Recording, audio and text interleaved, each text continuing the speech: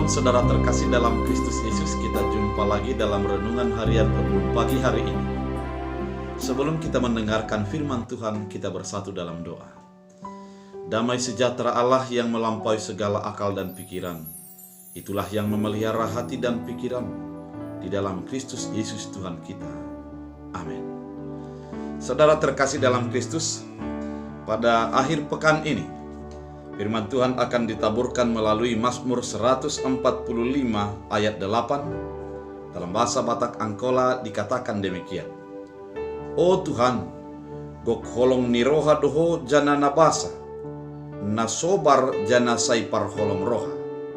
Dalam bahasa Indonesia, Tuhan itu pengasih dan penyayang, panjang sabar dan besar kasih setianya. Demikian firman Tuhan. Pada pemazmur kali ini mau memperlihatkan identitas Allah berdasarkan pemandangan iman, berdasarkan apa yang dialaminya di dalam kehidupannya. Pemazmur mengatakan ada 4 hal tentang apa yang dirasakannya, sikap Allah terhadap dirinya. Yang pertama dikatakan adalah Tuhan itu pengasih. Tuhan itu pengasih memiliki makna bahwa hidup Allah tidak terlepaskan daripada kasih.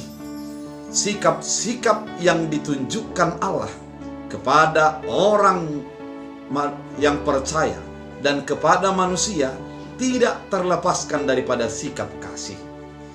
Identitas Allah yang pertama diungkapkan adalah kasih. Kasih itu artinya mampu memberikan yang terbaik kepada orang ataupun kepada makhluk yang dianggap tetap jauh dan tetap membuat sesuatu yang kurang baik.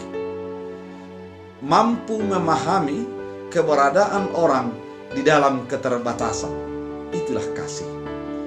Ketika kita dikatakan hidup di dalam kasih, artinya hidup untuk memahami orang lain dari posisi dirinya, bukan dari posisi kita sebagai orang yang ingin mengasihi.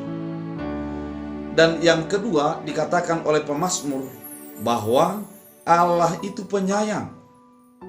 Penyayang artinya Allah selalu memberi kasih sayangnya kepada setiap orang yang berharap kepadanya.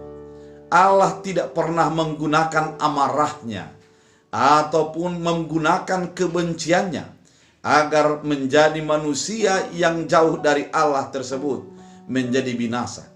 Namun ia memberikan kasih sayangnya sehingga orang meskipun jauh dari Allah tetap di dalam pemeliharaan kasih setia Allah.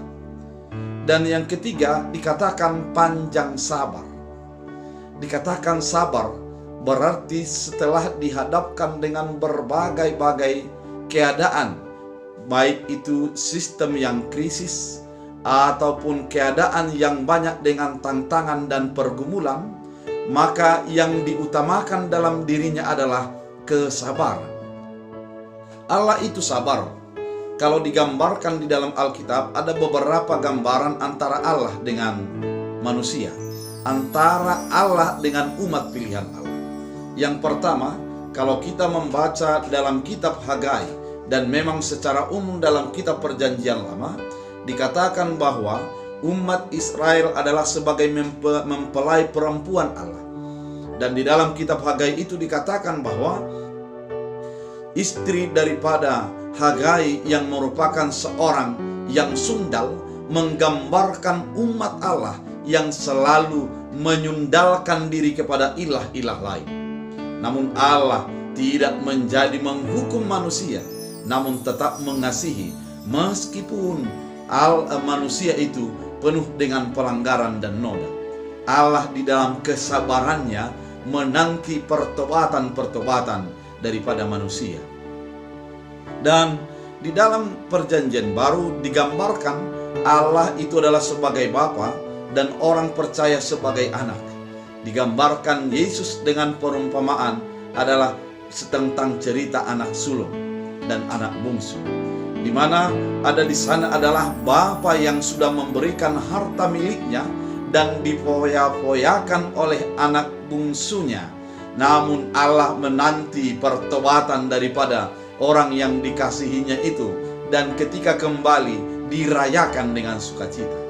Manusia yang penuh dengan pemberontakan terhadap Allah, namun Allah sabar. Allah menanti pertobatan daripada manusia. Dan dikatakan juga besar kasih setianya. Allah itu tetap setia di dalam janji-janji yang sudah dinyatakannya.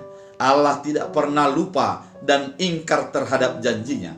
Namun Ia menepati janjinya sesuai dengan apa yang sudah dinyatakannya di dalam kehidupan kita. Firman ini, keempat hal ini sesungguhnya mau ditawarkan di dalam kehidupan orang percaya pada saat ini, di mana ketika hidup gersang dengan sikap kasih, maka ingatlah Allah itu adalah pengasih, sehingga kita yang hidup di mempercayai Allah, mempercayai Yesus itu hidup di dalam kasih. Dan ketika manusia hidup di dalam individualisme saat ini, mementingkan diri sendiri, ingatlah Allah yang penyayang, di mana dengan kasih sayangnya kita menjadi tetap diingat di dalam segala keterbatasan dan kekurangan kita. Demikian juga orang percaya menjadi penyayang, di mana menjadi pemberi kesejukan di dalam segala keadaan, di dalam segala keterbatasan orang-orang di sekitarnya. Dan dikatakan menjadi penyabar ketika manusia dihadapkan dengan sebuah waktu, berlomba dengan waktu dan sistem yang selalu instan, namun Allah tetap mengingatkan kepada kehidupan kita menjadi penyabar. Sabar itu adalah ketika kita beriman terhadap apa yang sudah dinyatakan oleh Allah. Sabar itu adalah ketika kita mampu menahan diri, menahan emosi, menahan keinginan, dan tetap berharap kepada yang terbaik yang akan diberikan Allah. Ketika dikatakan besar kasih setianya, maka kehidupan kita hendaknya penuh dengan kesetiaan kepada Allah, karena kita akan tetap berpegang kepada janji dan kepada apa yang sudah difirmankan oleh Allah dalam kehidupan kita. Oleh karena itu, saudara terkasih dalam Kristus Yesus, Allah adalah pengasih, Allah adalah penyayang, Allah adalah penyabar, dan Allah penuh kasih setia. Mari kita hidupi menjadi penyabar, pengasih, penyayang, dan penuh kasih setia di dalam kehidupan kita, sehingga kita menjadi semakin nyaman dalam menjalani kehidupan ini. Oleh karena itu, saudara terkasih dalam Kristus Yesus, mari ikuti dan teladani Allah di dalam perjalanan kehidupan kita. Amin. Kita bersatu dalam doa. Terima kasih Tuhan, firman-Mu mengingatkan kami agar menjadi meniru Allah sebagai pengasih, penyayang, sabar, dan besar kasih setia. Memang kami adalah manusia yang terbatas, namun ketika kami tetap menjadi semakin mendekat dengan Allah, kami meyakini dan mempercayai hal itu akan Tuhan nyatakan dalam kehidupan kami. Tuhan Yesus yang baik, semua umat yang mendengarkan firman ini, biarlah mereka Tuhan taburkan adalah kasih setia, penyabar, dan penuh dengan kasih sayang dalam perjalanan kehidupannya. Sehingga kami dalam menjalani hari-hari kami adalah penuh dengan berkat daripada Tuhan. Tuhan Yesus yang baik, sembuhkan yang sakit, kuatkan yang lemah, hiburkan yang sedih, dan Engkau menghapuskan air mata bagi setiap yang bergumul di dalam kehidupannya, dalam rumah tangganya, dalam kesehatannya, dan di dalam segala hal di dalam perjalanan kehidupan kami masing-masing. Terima kasih, jadikan firman-Mu berakar, berbuah, bertumbuh dalam kehidupan